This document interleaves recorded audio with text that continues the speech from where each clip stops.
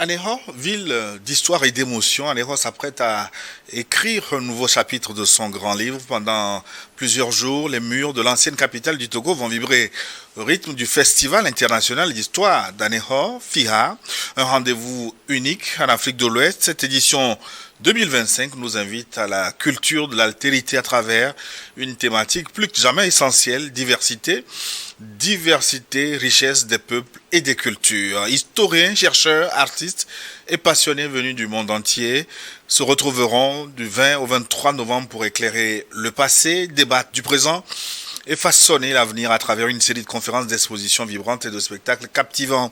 FIA 2025 ou la mémoire retrouvée de l'Afrique à la diaspora. Nous en parlons avec Jeff Lateviroson Ayekou. Il est le directeur de la fondation Akereburu & Partners, la structure organisatrice du FIA. Cher confrère, Jeff, bonjour. Bonjour Gilbert, bonjour Gilles, bonjour à tous les spectateurs, téléspectateurs et téléspectatrices de Niwo TV. Merci d'avoir fait le déplacement pour ce talk show. On va redécouvrir FIHA si vous le voulez. FIHA, c'est quoi exactement? Pour commencer, rappelez-nous brièvement ce que c'est que ce festival international d'histoire d'Anéro et l'importance de la ville, de cette ville d'Anéro dans l'histoire du Togo. Merci Gilles pour parler un peu de l'histoire de la ville d'Anéro. Je crois que je ne suis pas la personne indiquée puisque nous sommes du jeune âge, mais nous allons essayer de parler de l'histoire de la ville d'Anéro. C'est une ville sur la côte togolaise qui se situe entre le Togo et le Bénin, je dirais. C'est une ville frontalière d'ailleurs, créée dans les années 1663, puisqu'il y a 3 migrations dans cette ville, 1663, 1666 et 1821. Et donc, dans ces 3 migrations, vous avez les 3 palais royaux, le palais royal de Glidji, le palais royal de Nglessi et le palais royal de Lolan. C'est une ville qui a été 2 fois capitale du Togo, de 1886 à 1897 et de 1914 à 1919. Elle a connu plusieurs civilisations, soit la civilisation afro-brésilienne, la civilisation allemande, la civilisation française, la civilisation anglaise. Donc aujourd'hui, nous vivons sur cette côte. C'est vrai que l'érosion côtière nous menace, mais le gouvernement a fait de son mieux avec l'appui de la Banque mondiale. On peut dire que l'érosion côtière, c'est un peu derrière nous, et donc nous continuons de vivre. Tant que nous vivons, nous allons donner un espoir aux générations futures. La ville 2 fois capitale du Togo, mais un peu en retrait depuis quelques années. Ce festival vient un peu pour rehausser, pour redonner la mémoire de cette grande ville du Togo. Oui, il faut saluer cette initiative de Maître Alexis Kofi Akereburu, qui est le maire de la ville d'Anéro aujourd'hui. Il est le promoteur ou le président de ce festival. Il faut rappeler que c'est lui le président de la fondation Akereburu & Partners, la structure organisatrice de l'événement. Faire un peu la jeunesse de ce festival, c'était le festival d'Anéro. Il y a 4 ans, le festival a changé de nom parce que les données, la dynamique, tout a changé. Il faut changer un peu de vision à ce festival. Et donc la nouvelle vision de ce festival, à part tout ce que nous parlons de culture, tout ce qui concerne l'histoire des peuples, nous ajoutons l'aspect scientifique à ce festival, dont vous parlez tout à l'heure des conférences, des colloques, des débats, des communications qui seront faites.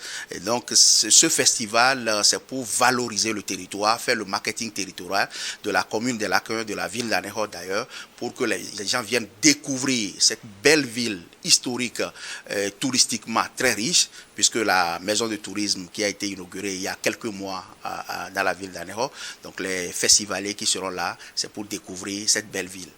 Et quel est le thème central de cette édition 2025, Jeff, et pourquoi avoir choisi ce thème en particulier cette année? Le thème central, c'est diversité au pluriel.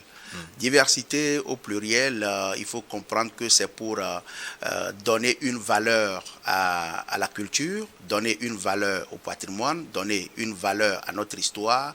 Et la diversité, ce qui fait que les peuples aujourd'hui ne s'entendent pas à travers les réseaux sociaux, les incompréhensions, les malentendus. Et donc diversité, on peut s'accepter dans cette diversité en écoutant l'histoire de l'autre, en écoutant la vision de l'autre. On peut aller vers un compromis pour se dire que nous pouvons observer la paix, la tolérance et surtout le vivre ensemble, ce que les plus hautes autorités souhaitent aujourd'hui. Aucun développement n'est possible sans la paix, sans le vivre ensemble. On devait faire des différences culturelles, plutôt des richesses que des des objets de dissension, comme vous l'avez souligné. Alors, quels sont les principaux objectifs que vous souhaitez atteindre à travers FIRA 2025? Les objectifs que nous voulons atteindre à travers FIRA 2025, d'abord connaître la ville d'Anéhor, valoriser le territoire communal de la ville d'Anéhor, apprendre l'histoire d'Anéhor, connaître la richesse culinaire de la ville d'Anéhor et aussi ça nous permettra de connaître les invités à ce festival de par leur culture, leur mode de vie, leur alimentation et leur manière de vivre. Voilà. Alors, le festival est international par son nom et par la réalité également. Y a-t-il cette année un pays particulier invité d'honneur? Comme tu le sais bien, chaque année, c'est la particularité de ce festival international d'histoire d'Anéhor. Il y a toujours le pays invité. Il y a eu le Brésil année, avec ces belles... oui. Carnavalier. C'est ça. Il y avait le Brésil déjà, il y avait la Turquie. Et mais cette année, nous invitons l'Égypte. L'Égypte sera le pays invité. Égypte, pourquoi l'Égypte? Parce que d'une manière ou d'une autre, tous les Africains viennent d'Égypte. Oui, ça peut être une raison.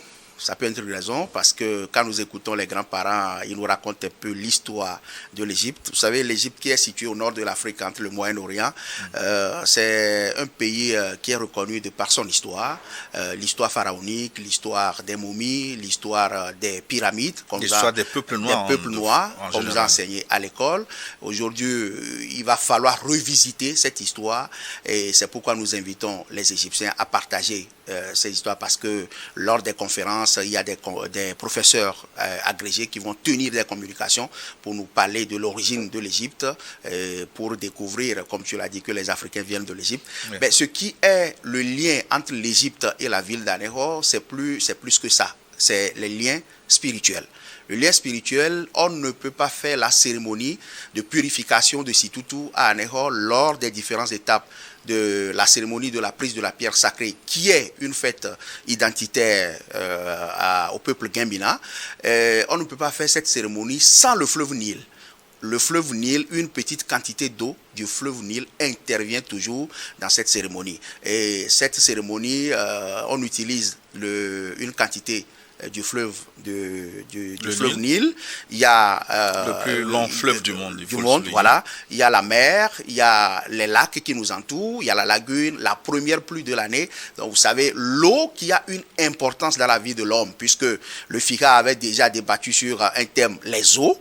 Et nous continuons dans cette dynamique pour te dire que l'Égypte, au-delà de la culture, de tout ce que nous savons, l'Égypte a un lien spirituel avec la ville d'Anéhor. Quel rôle jouera cet invité dans les échanges et les activités prévues pour ce festival international? Oui, comme je le disais tout à l'heure, il faut que nous visitons un peu tout ce qui est le mode de vie de l'Égypte, leur manière de s'habiller, leur manière de chanter, parce qu'il y a des artistes égyptiens qui seront là.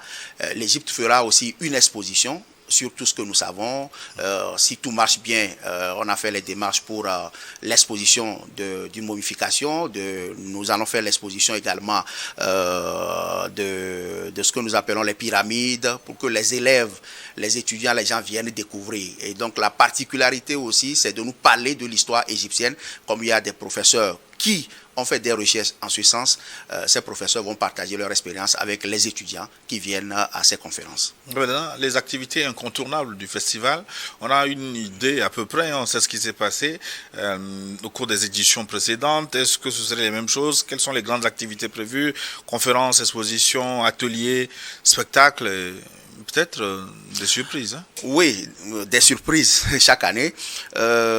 Cette année, la particularité, nous avons la phase pré-festival. La phase pré-festival commence le 19. Et le 19, ce sera un forum qui va être organisé par la GIZ, qui est un partenaire à cet événement cette année, qui rassemble plus d'une vingtaine de communes. Et ces communes vont partager leur expérience, ce que les Allemands appellent le partage d'expérience des pairs. Ce que vous savez faire, ce que vous faites mieux, vous allez essayer de partager avec les autres communes, puisque la GIZ qui accompagne le gouvernement togolais dans cette phase de décentralisation, et donc ce sera l'occasion pour ces communes qui seront invitées à venir découvrir ce que les autres communes font de bien, et surtout la ville d'Anéhor en termes de marketing territorial, partager ses expériences avec avec les différentes communes qui seront là. Il y aura encore un autre forum pour essayer d'amener les communes à comprendre ce que les autres communes font ailleurs, que ce soit au Mali, au Burkina Faso. Il y aura des experts qui seront là pour ces pays qui dévancent un peu en matière de décentralisation, de partager leur expérience avec d'autres communes togolaises. Jeff, comment le festival parvient-il à rendre l'histoire, souvent perçue comme académique, accessible et vivante pour le grand public, et notamment les jeunes? Oui, vous savez, ça c'est le moment fort du festival, et comme vous le faites si bien, New World TV qui est un partenaire, la communication que nous faisons autour de ce festival, et surtout que nous associons l'université de Lomé et d'autres universités, surtout les établissements de la commune, pour que les enfants, les jeunes viennent écouter les communications qui sont faites autour des différents thèmes. Et les jeunes surtout qui auront la chance de rencontrer des professeurs, puisque d'autres sont à la fin de leur cycle, il faut choisir des thèmes pour pouvoir faire leur soutenance. Donc ce sera l'occasion pour certains étudiants de rencontrer des professeurs, pour des professeurs qui vont les aider pour leur mémoire, essayer de partager leur expérience avec eux. Et nous remercions le président de l'université chaque année qui met des dispositions pour ramener les étudiants tous les matins, les ramener à Lomé, et qui permet un brassage entre les étudiants, les professeurs qu'on n'a jamais vus, qu'on a l'habitude de suivre sur les grandes chaînes, comme New World TV ou bien sur les réseaux sociaux, mais vous avez l'occasion de les rencontrer, de se frotter à eux et de leur poser beaucoup de questions. Et ce qui draine aussi cette jeunesse, c'est les activités culturelles qui sont organisées pêle-mêle, parce qu'il y a des artistes locaux, il y a des artistes internationaux, il y a des artistes nationaux, des gens que vous payez très fort pour aller suivre leurs prestations, mais le FIRA les déplace pour que vous venez découvrir ces artistes gratuitement dans un événement, dans une ambiance festive et culturelle. Eh bien, FIRA, on apprend, mais au-delà de l'histoire, quelle est la place de la culture, de l'art et du divertissement dans tout ce que vous faites? Je pourrais te dire, Gilles, que les expositions rentrent un peu dans la culture et l'art, puisque la culture d'Anéhor est valorisée par les perles. Cette année, par exemple, il y aura une exposition des perles. Les perles que nous portons au moment des funérailles, au moment des mariages traditionnels, même si vous voulez aller au boulot. Et les perles, vous ne les portez pas parce que elles sont belles. Il y a un message codé derrière les perles. Donc ce sera l'occasion pour nous de venir découvrir ces perles et leur signification, explication, à quel moment il faut porter ces types de perles. Et donc cette exposition, des gens doués à la matière seront derrière pour nous donner des explications. Au-delà de ça, Anéhor avec sa richesse culinaire, c'est une référence. Et donc ce sera l'occasion aussi de venir déguster les mets de notre territoire ou de la commune des Lacs ou de la préfecture des Lacs. Le yakaoke qui est le couscous local préparé à base du maïs, et c'est un repas fraternel après la cérémonie de la prise de la pierre sacrée, et le FIRA met en exergue ce repas pour que les gens viennent découvrir notre couscous local également. Divertissement, vous l'avez dit, il y aura musique, concert partie, des soirées de contes également. Oui, pas de soirée de conte, mais par l'humour, par d'autres démonstrations, nous allons découvrir un peu la culture togolaise, parce que ce n'est pas seulement la ville d'Anéhor qui célèbre le FIRA. Nous associons toujours une ville, je sais que tu vas en venir là. Et il y a des artistes, je peux dire par exemple le groupe 228 Ma Famille, qui va bouger la ville d'Anéhor et les festivaliers, et les artistes locaux. Puisque le promoteur de ce festival veut que les premiers bénéficiaires de ce festival soient les locaux, c'est-à-dire les autochtones de la commune des Lacs 1.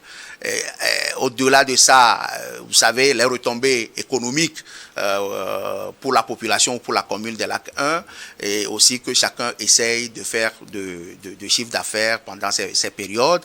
Et au-delà de ça, les artistes sur le plan local qui ont leur soirée pour faire leurs prestations parce qu'ils n'ont pas la chance de sortir d'Anéhor ou bien d'aller sur de grandes scènes. Donc ce sera l'occasion pour ces artistes de faire des prestations qui va permettre à d'autres personnes ou à d'autres acteurs culturels de découvrir ces artistes, si je peux dire entre griffes, les underground, et permettre à pousser ces artistes locaux à aller plus loin. Oui, mais artistes locaux, mais moderne, est-ce qu'il y a de la place pour les artistes locaux traditionnels également? Les artistes locaux traditionnels ont une très belle place. Parce que je sais que tu vas venir au carnaval. Le carnaval est réservé pour la promotion même des valeurs traditionnelles.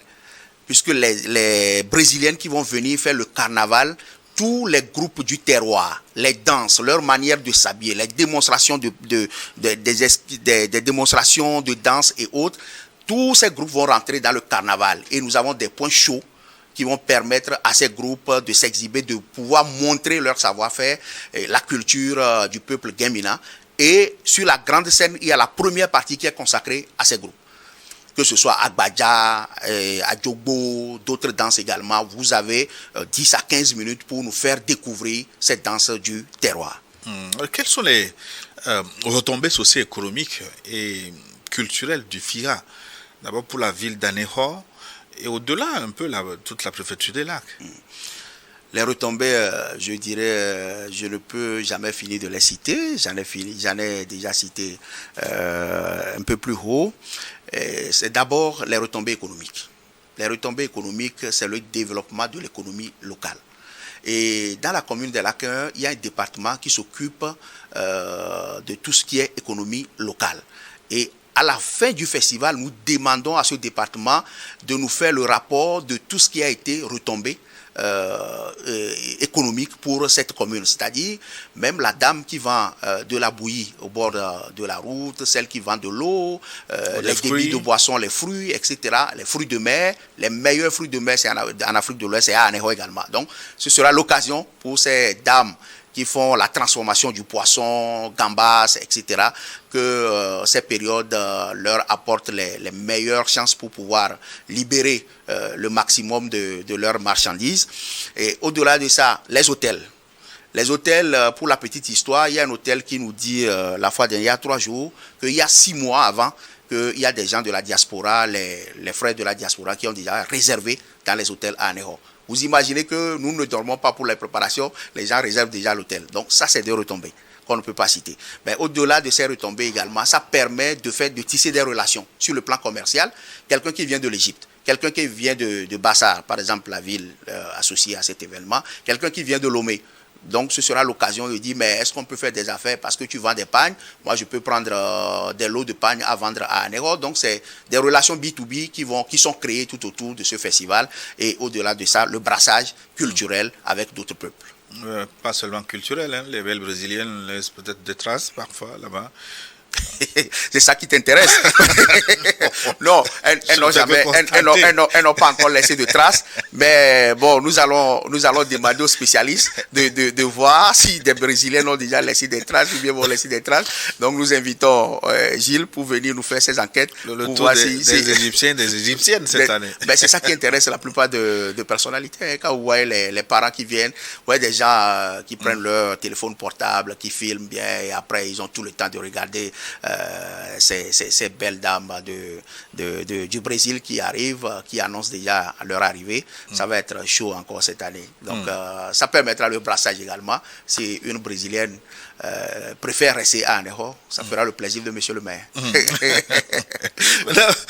Évoquons le rôle de la diaspora dans le cadre de ce festival. Nous savons que le FIRA attire beaucoup la diaspora africaine. Et comment le festival facilite-t-il ce retour aux sources et les échanges entre les participants du continent et de l'étranger? D'abord, nous facilitons les démarches administratives pour ceux qui sont dans la diaspora.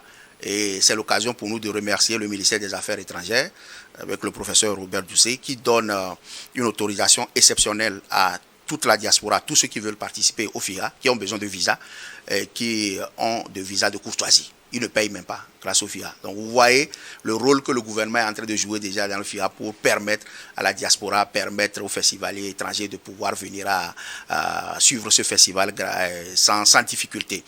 Et donc la publicité que la diaspora est en train de faire autour de ce festival aujourd'hui attire des investisseurs. Attirer les investisseurs, ça permet également de dire à ces diasporas et des parents qui reviennent avec leurs enfants, il y a plus de 10 ans, 15 ans, des enfants même qui n'ont jamais mis pied chez eux à Anéhor, commence par revenir et c'est la diaspora, c'est les parents qui vous appellent. FIRA, année 2025, ça, c'est à quelle date? Nous voulons le retenir dans notre agenda déjà. Donc ça crée de l'engouement et c'est ça même la vision de monsieur le maire qui veut que les gens reviennent à la source et de venir construire leur ville. Les fils, les filles d'Aného, qu'ils soient cadres ou non, est-ce qu'ils sont bien intégrés à ce projet? Est-ce qu'ils apportent leurs ressources pour la construction de votre ville, de votre préfecture à travers ce festival? Oui, à travers ce festival, vous avez apporté leurs ressources. Ça dépend de quel type de ressources tu parles. Ça peut être une ressource affective. Féliciter le maire, encourager le maire aussi, c'est une ressource. L'homme ne vivra pas seulement de félicitations. Oui, mais c'est très difficile. C'est très difficile que... Mais comment vous les mettez à contribution? Est-ce que vous... Oui, les cadres ou les natifs d'Aného, que ce soit à la diaspora ou au plan local, je crois qu'il y a des cadres qui permettent à ces personnalités d'échanger sur le FIRA. Et d'abord, il y a des réunions des cadres qui se tiennent et à ces réunions, le maire revient un peu depuis le conseil municipal jusqu'à la communication au plan local, les chefs quartiers, les CDQ, les cadres, tout le monde est emballé dans ce festival et on demande l'appui de chacun. Mais c'est difficile pour cette ressource que tu demandes. Je crois que ce sera l'occasion pour nous de lancer un appel à tous les cadres, les natifs, que vous soyez femmes, hommes, de la ville d'Aného, d'apporter votre contribution pour la construction de cette belle cité. Quels sont les défis majeurs que vous rencontrez dans l'organisation de cette édition 2025 et comment le festival ouvre-t-il par rapport aux éditions précédentes? Les défis, je dirais, c'est les défis financiers. Ça revient chaque année. Ça, c'est le défi financier. C'est des difficultés financières que nous avons parce que les sociétés ne comprennent pas. Il y a certaines sociétés qui accompagnent déjà, mais nous tenons bon. Mais la particularité où chaque année, l'innovation, je l'ai dit dans mon introduction, cette année, il y a la partie pré-festival, au-delà de l'aspect festif, l'aspect scientifique. Aného arrive à tirer l'épingle du jeu par rapport à la décentralisation et cette expérience, Aného voudrait bien partager cette expérience avec les autres communes qui est organisée par la GIZ, comme je l'ai dit plus haut. Mais au-delà de ça, je pense aussi que le défi ou la particularité, c'est de toujours associer une ville togolaise et comme la valorisation de la culture togolaise souhaitée par les plus hautes autorités. Je sais que tu vas me demander le nom de la ville après, donc je préfère taire le nom de cette ville et quand nous allons arriver à ce stade, je le dirai. Alors, comment voyez-vous le FIRA évoluer dans les prochaines années? Y a-t-il une vision à long terme pour renforcer sa notoriété internationale? Oui. Quand vous voyez la vision ou la dynamique du promoteur du festival, il se fait entourer de jeunes volontaires, engagés, qui partagent sa vision pour que même si le promoteur dit aujourd'hui, bon, je vous passe la main de continuer ce festival, que vous soyez en mesure de continuer ce festival. Donc pour nous, c'est de garder cette vision, de pérenniser ce festival, que ça ne s'éteigne pas un matin. Donc c'est l'occasion pour nous de dire aux cadres, à tous ceux qui sont là, que chacun doit apporter sa contribution pour que le festival, le FIRA, soit indépendant, que le FIRA ne dépende pas forcément des partenaires ou ne dépende pas forcément de quelqu'un, mais que ça vienne spontanément de nous, qui sommes les natifs, ceux qui sont dans la commune, pour dire que nous nous approprions de ce festival, même avec le peu de moyens que nous avons, on peut pousser ce festival très loin. C'est l'occasion peut-être de chercher à exporter ce savoir-faire à travers ce festival dans les autres villes du Togo. Oui, nous, pas le festival de Vaughan chez moi. Oui, on est prêt, mais tu as un grand festival déjà, Gilles, tu as un grand festival.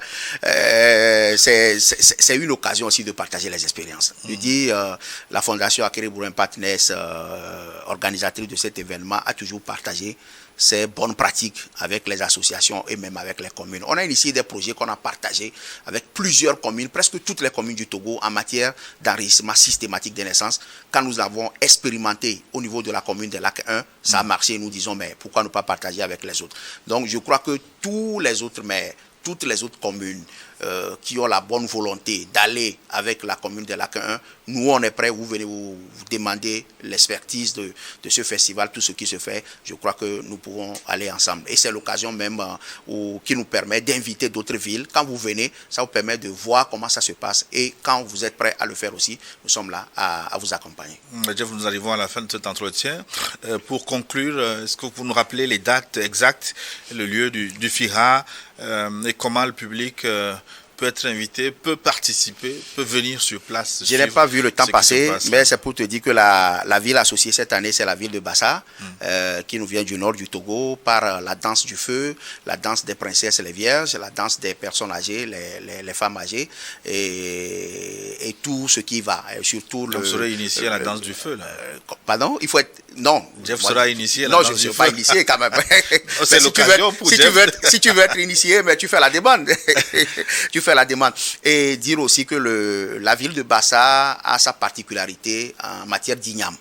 Et ce sera l'occasion, la journée de Bassa, on aura à déguster les différentes façades d'igname qu'on appelle le laboko, de nos amis, de nos parents de Bassa. Mot de fin, c'est pour remercier Niwo TV et dire que la date du FIRA, c'est du 20 au 23, et la pré-festival, c'est le 19, avec ce forum qui sera organisé en accord avec la GIZ, avec plusieurs communes, mais le festival même démarre à partir du 20. Et les endroits où vous pouvez bénéficier de ces activités du FIRA, c'est la mairie, la zone de la mairie. Il y a un concert pour les artistes locaux qui va être organisé à Essouvito et à Glidji, et surtout le grand déjeuner, le déjeuner FIRA, qui est organisé sur la plage de Hôtel Resort Miadjo, sur la belle plage, le sable doré de la ville d'Aného. Nous répondrons présent, serons avec vous pour ce festival. Merci Jeff d'être passé chez nous. Je rappelle que vous êtes Jeff, vous êtes le directeur de la fondation Akereboury & Partners, donc qui est la structure qui organise ce FIRA. Merci d'être passé chez nous. Merci Gilles, tout le plaisir. À très bientôt. Derrière nous, c'est un autre numéro de Regard Croisé avec Dr Guillaume Hor et ses invités.